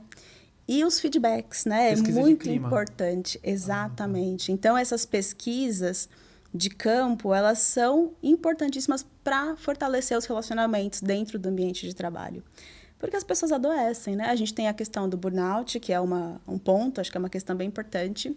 A questão também de ansiedade, depressão, às vezes por conta de trabalho, às vezes por questão pessoal. Então, tem muita coisa associada. A gente tem que cuidar da saúde dessas pessoas e promover um ambiente mais saudável, né? Eu sou líder também, né, na empresa, assim, e na pandemia foi muito difícil o relacionamento com um time novo. Porque você tem um time novo, você tem a distância, todo mundo ficou de home office, era muito difícil conectar com a galera, assim, pelo home office. E quando a gente tinha encontros pontuais, aí era mais interessante, porque você conseguia gerar... Porque o que gera o relacionamento não são os momentos de trabalho somente, são os momentos extra-trabalho. São os momentos que você se conecta com as pessoas vamos almoçar junto, vamos conversar sobre a vida, não só sobre o trabalho. Mas também eu cometi algumas falhas no início de achar que ser amigo da equipe também seria uma solução, e não é. Você tem que ter um distanciamento saudável, né? Eles têm que te enxergar como líder. É igual pai e mãe, né? Tem pai e mãe que fala que quer ser amigo do filho. Aí a gente orienta na clínica, não, mas não é para você ser amigo. Você pode até ter uma boa relação, isso é legal. Ter proximidade, abrir espaço, mas não é para ser amigo. Exato. Não é para você ir para balada junto com seu filho, não é para você fazer tudo igual ao seu filho, senão você está passando uma mensagem contraditória ali. Você está fazendo uma confusão na cabeça, né, do filho. Exato. E acho que no trabalho é a mesma coisa, né? Esse líder, ele tem que ter uma liderança ali próxima, afetuosa, eu acredito muito nisso. Mas ele não pode esquecer do papel de líder dele. Não pode esquecer desse lugar que ele está ocupando, que é uma responsabilidade muito grande, né, Elvis? Com certeza. Muito bom, Fernanda. E uma das coisas também que eu quero compartilhar aqui, para a gente fechar, na parte de trabalho, é que eu já tive um relacionamento, mais de um relacionamento dentro do ambiente de trabalho. Eu acredito que muita gente pode passar por isso. Sim. Eu não quero dar a minha opinião sobre isso. Acho que se a pessoa quer viver esse momento, viva, mas tem pontos positivos e pontos não tão positivos assim. Tem que ficar sempre atento. Tem algum caso que você já tenha lidado com isso ou não? É bem delicado isso, né, Elvis? Porque algumas empresas levam isso numa boa e algumas pessoas também conseguem levar isso numa boa. Mas a gente tem que entender que o relacionamento profissional ou de trabalho, ele é diferente de um relacionamento afetivo. Se você estiver ali se relacionando afetivamente, sexualmente com a pessoa, você vai ter um outro nível de intimidade com ela. Coisas vão ser partilhadas, coisas vão ser envolvidas. Então, eu acho que a palavra é maturidade. As pessoas têm que ter maturidade. Alguns têm, outros não têm. As coisas acabam se misturando ou as coisas acabam ficando estranhas depois disso. Sim. Pode acabar afetando o trabalho. Então, assim, acho que é muito um trabalho de maturidade, inteligência emocional também, da gente saber se está pronto para isso ou se não está. Porque a partir do momento que você cria ali um outro nível de intimidade com a pessoa, vai ser difícil enxergá-la como antes. Não tem como separar as coisas. Nós não somos, assim, gavetinhas separadas. Exato. Tá tudo junto. Então, acho que é muito de cada um, né? Mas é bem delicado. Já vi vários pacientes queixando disso. E tem um ponto que você acaba trazendo os problemas do trabalho, e aí os dois acabam falando muito sobre isso. E tem um ponto de você envolver o círculo social, né? Porque você acaba envolvendo. Tem empresas que no processo seletivo eles perguntam se você já tem algum parente na empresa, se tem alguém que você conhece lá, porque eles vão entender também quem é a pessoa, qual a relação que você tem com a pessoa, se tem conjugue, alguma coisa.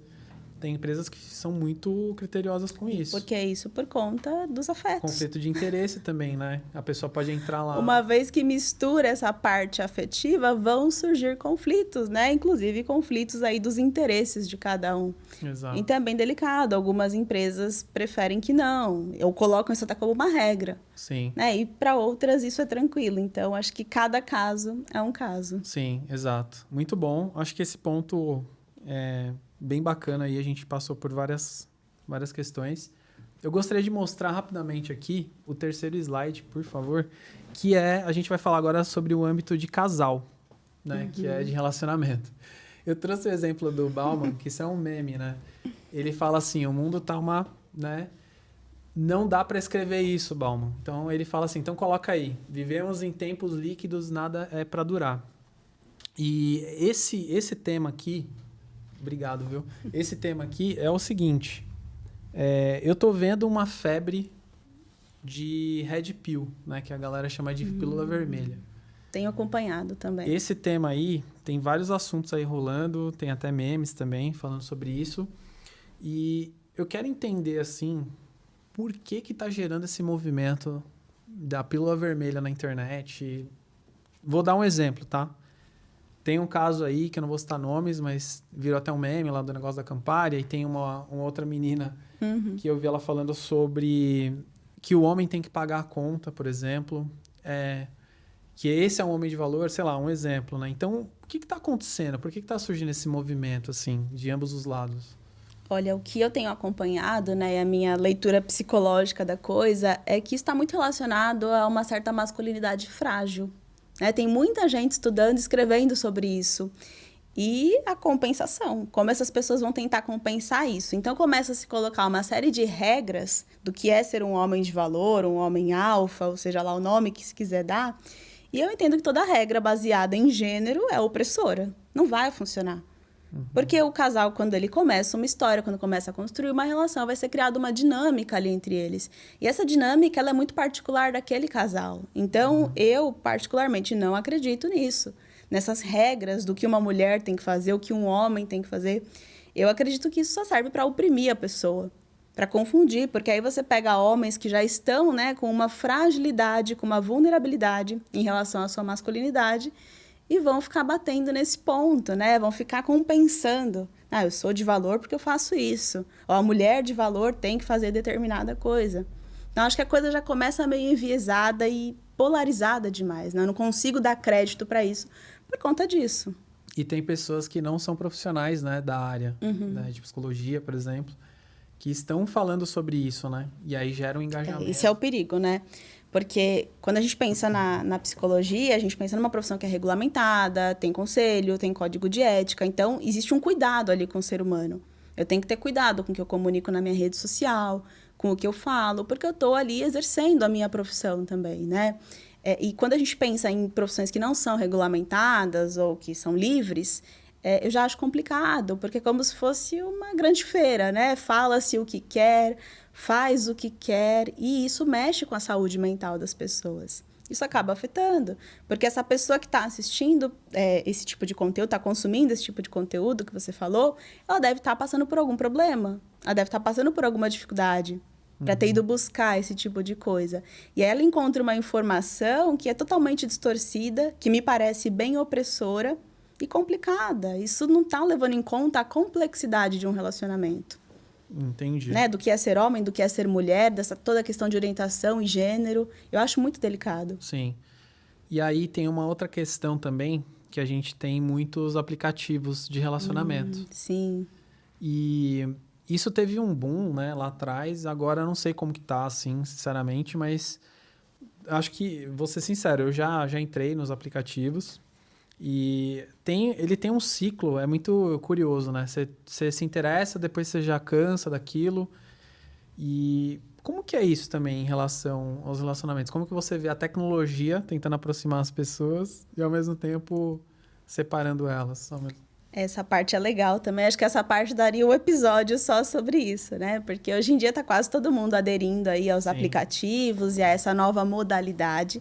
Mas acho que, independente, Elvis, se a pessoa usa aplicativo de relacionamento ou não, a própria rede social já traz essa possibilidade. Uhum. Então, vamos entender que a rede social já é um espaço para isso. E acho que, por um lado, é legal porque traz a questão de aproximar, de facilitar, de criar possibilidades. Por exemplo, para pessoas que são mais introvertidas, mais tímidas. Conseguem falar, né? Você começar uma interação ali por meio do virtual, às vezes ajuda essa pessoa. Mas eu vejo pontos muito complicados, que é a questão da superficialidade, né? Então, parece às vezes até um cardápio que você está escolhendo ali, né? Com quem falar, com quem se relacionar. E aí você abre, tem um catálogo, tem um cardápio. Acho isso delicado, porque a gente está falando de pessoas, né? Não é só passar para o lado e dar match ou curtir e dar like. E também tem a questão que Bauman falou, né? Parece que não tem mais aquela ideia de construir o relacionamento. Então, se não der certo, beleza, eu passo para o lado, para o próximo match, eu passo para a próxima opção. Eu não tenho aquela ideia de lutar por aquilo, de construir. Sabe a coisa da paciência? Sim. E relacionamento exige, né? Entrega, paciência. E a maioria das pessoas hoje não quer. É tipo um celular, deu defeito, eu compro outro. Substitui, até porque tá saindo, né? Tecnologia o tempo todo. Então, eu vou querer o mais novo. Essa ideia de que o outro relacionamento vai ser melhor, de que tem outra pessoa melhor. E isso é um clique, né? Na palma da nossa mão. Então, acho que isso é realmente muito delicado.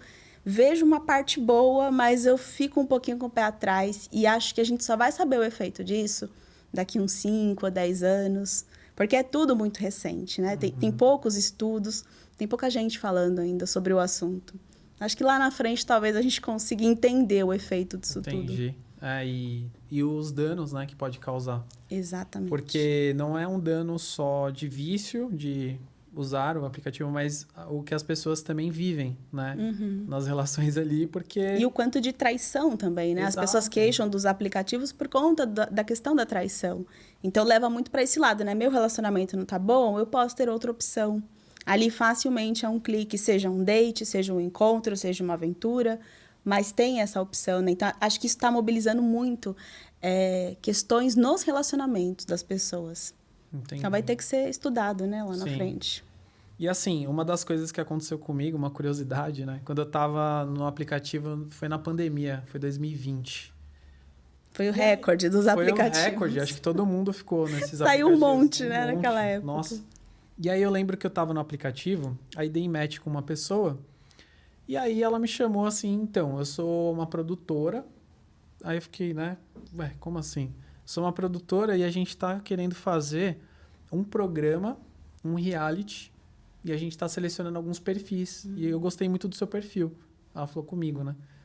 Ela, ó, tem um link aqui, que é um forms para você preencher. Eu já fiquei que história meio assim, estranha, né? Eu fiquei meio, né? Como assim, né? Aí ela, tem um forms que você pode preencher e você pode participar da seleção.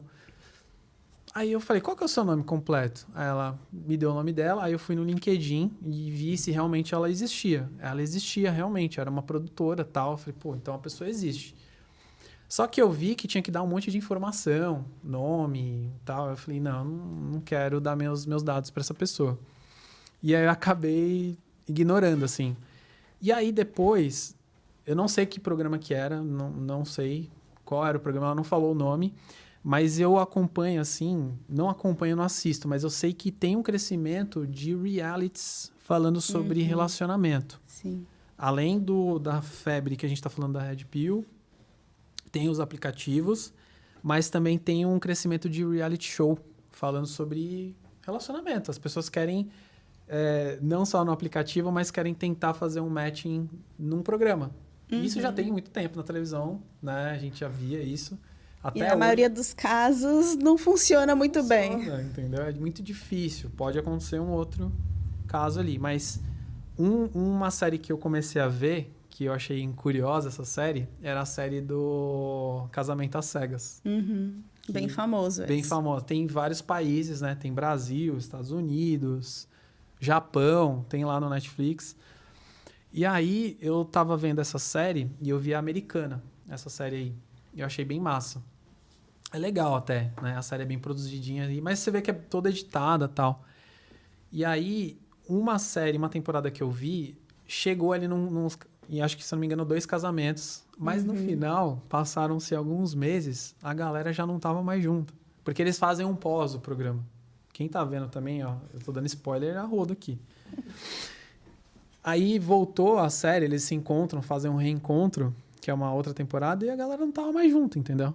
Não chegou nem ao reencontro. Não chegou, entendeu? Então... Foi bem efêmero. Tem o casamento, mas parece que, cara, é muito louco você conhecer uma pessoa tão rápido assim, num programa. E é uma contradição muito grande, porque eles tentam buscar tanto a pessoa ideal, né, dentro ali do que eles têm de informação, e no final, na maioria das vezes, não tem ali uma conexão, não tem uma afinidade, uma sintonia.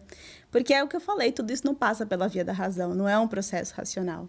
Exato. E é assim, inconsciente, é sentimental, é de outro campo, né, de outra ordem. E essa série, eles não se veem no começo. Eles não se veem, os pretendentes lá. Eles não se olham e tal, e aí eles só vão conversando com, se eu não me engano, é uma cortina, uma rede, alguma coisa, e eles não conseguem se enxergar. Sim. Eles só se enxergam lá na frente, quando um escolhe o outro, eu quero conhecer essa pessoa. Aí eles começam a se ver. Mas eu achei curioso só essa parte, mas assim, pelo menos na temporada eu fiquei, pô, eu assisti tudo isso pra não ter nada, entendeu? Frustrante. Mas tem um caso lá de uma americana que ela ficou, ela casou e tá até hoje. Eu não lembro, eu sou péssimo de nome, mas tem uma temporada que eles estão juntos até então, hoje. Pelo menos teve sucesso. Tem de um monte, assim, pelo menos eu vi um caso que ficou bem famoso. Legal. E além dessa série, tem uma bem famosa aí que é a De Férias com o Ex. O que você acha sobre esse tipo de série? É mais para ganhar audiência. Eu acho que é feito pelo entretenimento. Para entreter o público, então só daí a gente já tem uma pista do que vai ser colocado. Eles querem audiência, eles querem pessoas engajadas em assistir. Mas acho legal vir esse tema logo depois do que a gente falou do Bauman, porque, no fundo, essa galera que tem o discurso do desapegado, do ficar, enfim, o nome que quiser dar, né? Tem muitos nomes hoje em dia. Mas, no fundo, essa galera sofre também. Sofre buscando uma conexão, sofre querendo construir alguma coisa. Então, acho que realities sobre relacionamento, eles também trazem isso, né? Um pouco do desejo de todo mundo. Encontrar o seu par ou encontrar o par perfeito. Tem muito essa ideia do relacionamento como completude. Tem essa fantasia de completude. Só que, na verdade, o amor sempre nos coloca em contato com a falta, né? O que falta, não é o que completa. A falta que a falta faz, eu já vi essa... O desejo, ele pressupõe que falta algo. Então, para eu desejar, para eu ser desejante, tem que ter uma falta. Então, essa ideia de completude, da metade da laranja, da alma gêmea, ela é muito complicada, né? Mas as pessoas, de alguma forma, ficam nesse imaginário. As pessoas gostam de estar nesse lugar. Entendi. Muito legal.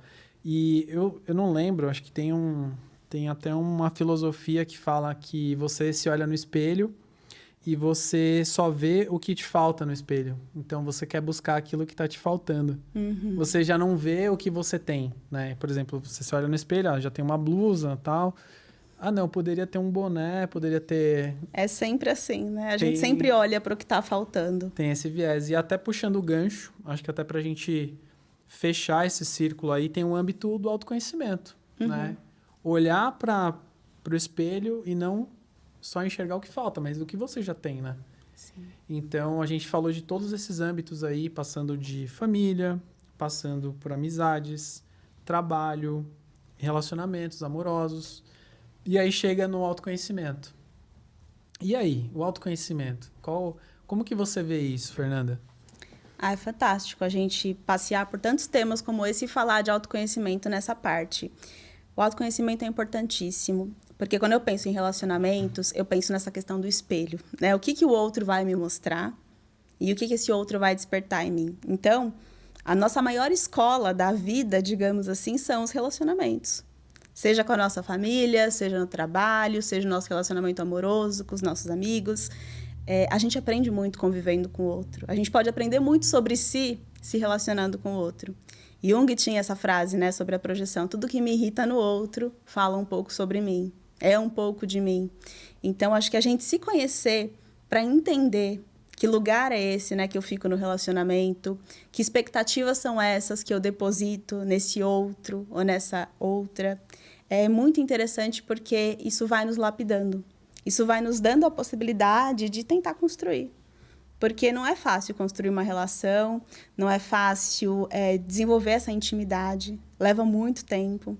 Né? O próprio, acho que é Jed Diamond, o nome dele, que ele fez as fases do relacionamento. Né? Então, começa com a paixão. Quando a gente está falando desses realities, né? De tudo isso, sim. Eu acho que a gente está falando da paixão.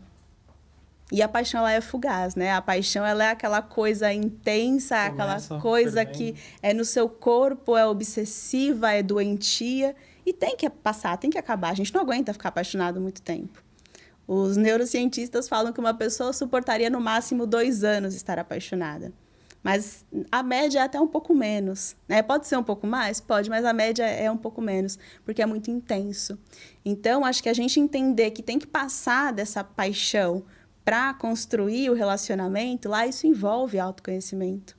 Isso envolve você se conhecer, você saber quais são os seus furos, quais são as suas faltas, o que é que você está, de fato, sentindo. Sabe essa sinceridade afetiva? Acho que isso é muito importante. E isso a gente só desenvolve por meio do autoconhecimento. E ter uma responsabilidade emocional, né? Também com as pessoas. Isso é importantíssimo. Quando você está seguro de si, você consegue ser responsável também emocionalmente pelo cuidado do outro, né? Então, esse ponto que você falou é bem interessante, porque a gente consegue passar por vários âmbitos, a gente consegue passar do familiar, amizades, trabalho, relacionamentos, mas tudo volta para você. Como que você vai lidar, por exemplo, você falou da questão do luto. A gente termina um relacionamento, a gente vive um luto, e é verdade isso. A gente pode querer ser orgulhoso, durão, mas vive um luto. E é normal.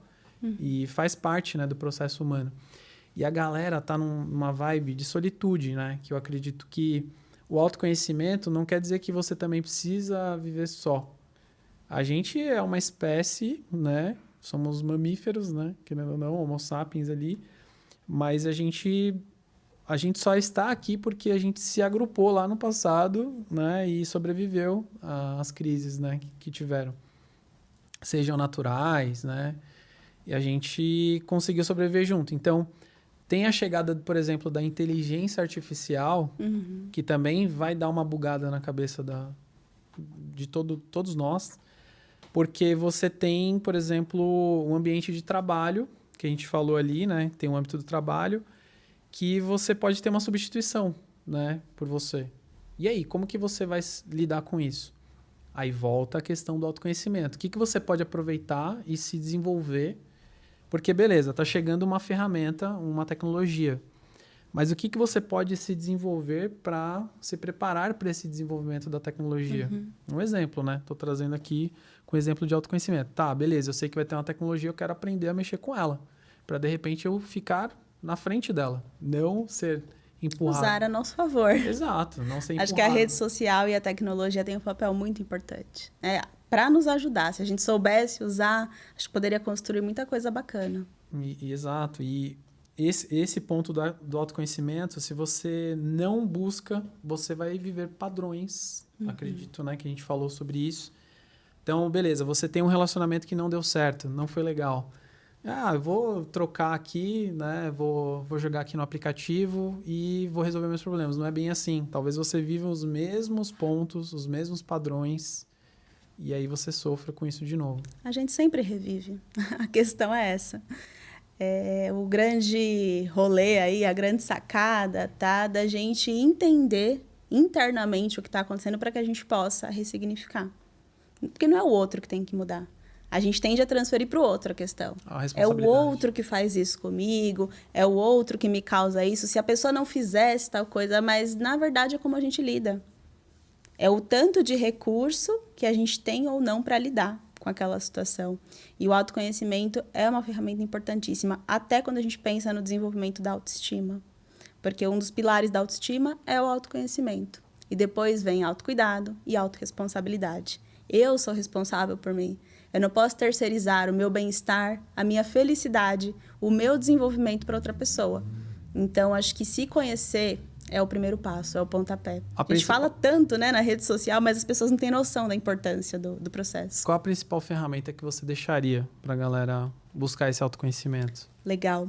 Bom, eu como psicóloga sempre recomendo, né, a terapia como ferramenta, mas para além da terapia, eu acho que é legal assim, qualquer atividade que a pessoa faça consigo mesmo. Então, vamos supor, você é ligado em esportes, você tem uma afinidade com esportes. Vai praticar esportes. Vai praticar esportes em grupo, vai praticar esportes mais solitários, né, mais sozinho. Mas vai fazer para testar os limites do seu corpo, para entender os limites da sua mente. Por exemplo, quando a gente está lá na academia, quando a gente está fazendo ali um treino, a gente está trabalhando o nosso mental também. É a minha resistência, a minha resiliência, é o quanto eu suporto de estresse, é como eu lido com o estresse, né? Então, assim, qualquer atividade que você faça consigo mesma é muito legal. Tem uma galera que é ligada na questão artística, então vai fazer, vai produzir arte. Você gosta de pintar, vai pintar. Você gosta de escrever, escreva. Porque quando a gente se expressa, a gente consegue colocar muita coisa, né, para fora e a gente consegue se ver também. Exato. A gente consegue se perceber. Então, dança, artes, música, tem muita coisa. Eu falo bastante também sobre a meditação, né? Como psicóloga, já tem aí muitos estudos falando do mindfulness, falando dos benefícios da meditação e eu recomendo. Eu recomendo para as pessoas começarem a meditar, começarem a ficar em silêncio um pouquinho, olhando para esse invisível, olhando para essa coisa que elas sentem, que na verdade não é uma coisa, né? Mas a gente sente. A gente tem uma sensação que é no corpo, tem uma resposta emocional, tem uma sensação. Então, acho que a gente tem que aprender a olhar mais para isso. E, em último caso, se a pessoa sentir necessidade, busque terapia. Converse com um profissional habilitado, preferencialmente, né? Porque tem muitas terapias aí, eu não estou julgando as outras terapias, acho que tem muita terapia integrativa sensacional, mas acho que a diferença de estar com um profissional é que vai ter todo esse cuidado, né? Há profissionais e profissionais também, mas acho que esse cuidado, essa ética é imprescindível no tratamento, aí quando a gente fala de saúde mental, né? Fernanda, tem algum prazo para você começar e terminar a terapia, ou você pode fazer isso durante a vida? Depende muito da abordagem de cada terapeuta, né? Por exemplo, eu faço uma clínica psicodinâmica, então na minha clínica eu não tenho tempo com o paciente, eu não estabeleço um tempo, porque eu não sei como vai ser o processo. E isso é uma coisa legal até para a gente linkar com o relacionamento. Às vezes a gente fica tentando impressionar o outro. A gente quer chegar com uma solução, a gente quer chegar com algo pronto, a gente quer chegar com algo mágico, né? E quer impressionar. Eu diria para você, ao invés de tentar impressionar, tentar se surpreender. Tentar viver aquele processo. Então, na terapia é um pouco disso. Eu não sei como que o paciente vai reagir. Eu não sei de quanto tempo ele vai precisar. Eu não sei que tipo de vínculo a gente vai estabelecer. Então, eu não estabeleço tempo. Mas tem, sim, algumas linhas terapêuticas dentro da psicologia que trabalham com um tempo pré-estabelecido.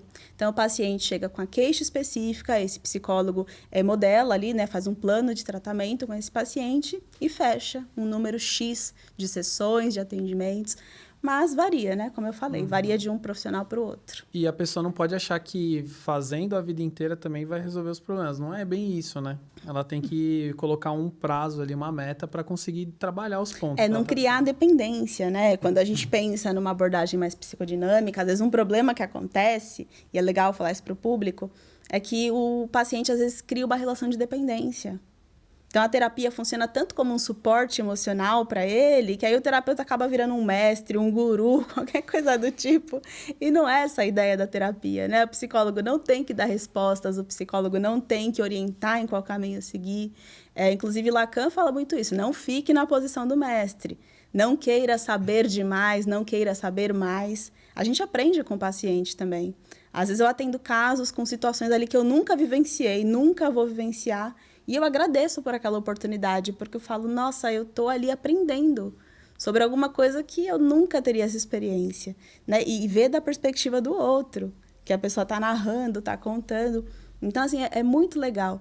E é interessante estar aberto, né? Estar aberto para o processo e se entregar mesmo. A vida de cada pessoa é um algoritmo que ele não tem controle. E aí você vai lidar com várias situações que são muito diferentes, né? Distintas uma da outra. Sim. Então, é bem legal isso. Tem uma última imagem, por favor, que a gente vai mostrar, que fala sobre o autoconhecimento, que a gente linka com tudo que a gente falou aqui. Essa imagem aqui, ela mostra coisas que estão fora do meu controle. Então, o que está fora do meu controle, né? Basicamente, palavras dos outros, ação dos outros, sentimento dos outros, decisões dos outros, erros dos outros, sentimento dos outros. Então, aquilo lá está fora, né? Você não consegue controlar essas coisas. E o que está no seu controle, né? Suas ações, palavras, seus erros, seus sentimentos, decisões, seus esforços. Então, resumindo e fechando muito bem com o que a gente está falando aqui. Não adianta você ficar jogando a culpa, porque, sei lá, foram os meus pais, foi o meu chefe, a minha chefe, sabe? O meu amigo. Não é bem assim, né? Você tem que entender o porquê. Mas e você, né? Cadê você nessa história? Né, gente? Vamos ser protagonistas aí, porque a gente precisa se entender também para as coisas mudarem à nossa volta, né? Tudo começa de dentro para fora. E acredito que é isso. A gente está chegando aí na reta final do nosso papo aqui. Constellers, estamos chegando na reta final do episódio. Muitas pessoas já conhecem aí a nossa página desde meados de 2019, lá no Instagram. E a gente passou por uma pandemia juntos lá, né? Então, a gente estava lá no Constellice, passamos uma pandemia. A gente passou por uma batalha, mas outras batalhas continuam, que é equilibrar a mente, o corpo e a alma. A gente está falando muito sobre relacionamento, mas isso se linka com a sua saúde mental, se linka com o seu corpo também, né? Muitas pessoas não entendem que sentimentos eles podem externar, Sim. podem virar doenças. Pode somatizar. Então, essa trindade vai ser o tema que os temas, né, que a gente vai focar bastante aqui no nosso conteúdo. Isso aqui é um sonho realizado, a gente conseguir falar para vocês, trazer profissionais como a Fernanda pôde participar e dar um pouco do conhecimento dela, abrir de forma holística aí esse multiverso e a gente conseguir entrar em cada um e falar um pouco em detalhe. Dá para falar muito mais, a gente podia ficar aqui o dia inteiro falando, mas dá pano para manga, né? Todo mundo precisa comer também, almoçar, enfim. Mas, gente, agradeço. E se você curtiu o nosso conteúdo, eu peço que você olhe o nosso link de apoio, que a gente vai colocar aí na descrição, porque a gente quer fazer mais conteúdos autorais como esse. Queremos trazer mais profissionais também para falar aqui com a gente. E a gente também quer reverter parte dessa grana para ações sociais que a gente já segue lá no Instagram. Tem outras páginas que trabalham com ações sociais. A gente também entende que a ansiedade e depressão são temas que precisam ser olhados com calma e com cautela, porque eles crescem cada vez mais no Brasil, no mundo. E a gente quer trabalhar com profissionais que falam sobre esses temas para a gente trazer ferramentas para vocês e trazer reflexões para você começar a entender. A gente sabe que um preço de uma terapia não é acessível para todo mundo, por exemplo, né? Então, imagina a hora dessa profissional aqui e a gente está trazendo ela para vocês entenderem, dar acessibilidade, ser um conteúdo democrático. E esse podcast nasceu de um propósito e ele vai se manter com esse propósito de trazer um conteúdo democrático para vocês. E eu quero agradecer a Fernanda, né? Eu que agradeço. Porque a Fernanda, o nível de episódio foi alto graças a você. Quero que você, se você ficar à vontade para passar seus contatos, deixar seu Instagram, falar do seu trabalho, fique à vontade. Bom, quero agradecer, né? Agradecer de coração, gratidão por ter me convidado, por ter aberto esse espaço também para psicologia. Eu acho que desde que eu comecei a minha página também, foi em 2018, 2019, como você, foi com o intuito de acessibilizar, né? Eu queria levar a psicologia para mais perto das pessoas.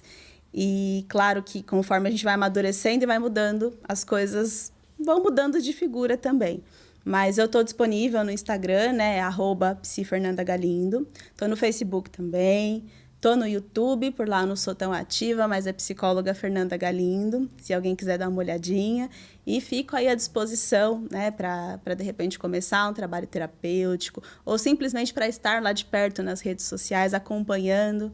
Eu posto bastante coisa do dia a dia da minha própria vida. Gosto de estar perto das pessoas e parecer humana, né? Desconstruir a ideia de que psicólogo não tem problema ou de que se relaciona bem com todo mundo, né? Não é bem assim, galera. Então, faço minha terapia, me cuido e divido muitas coisas lá no espaço. Então, estejam todos convidados para estar lá e acompanhar. E gratidão, Elvis, mais uma vez. Gratidão, Fernanda. Muito bom. Galera, sigam a Fernanda, @psi Fernanda Galindo. E para quem não conhece o nosso Instagram, também vou passar o nosso aqui. Eu sou o cara que está por trás lá do Instagram, então eu nunca dei as caras lá. É a primeira vez que eu estou aparecendo aqui para vocês. Sigam lá, @constellic, tem um underline antes do SE. Então sigam a gente, constelle_se. Sigam lá a gente. Estamos chegando aqui no final do nosso episódio. Constellers, recalibrem o seu equilíbrio. Fim da transmissão e gratidão. Valeu, pessoal. Gratidão.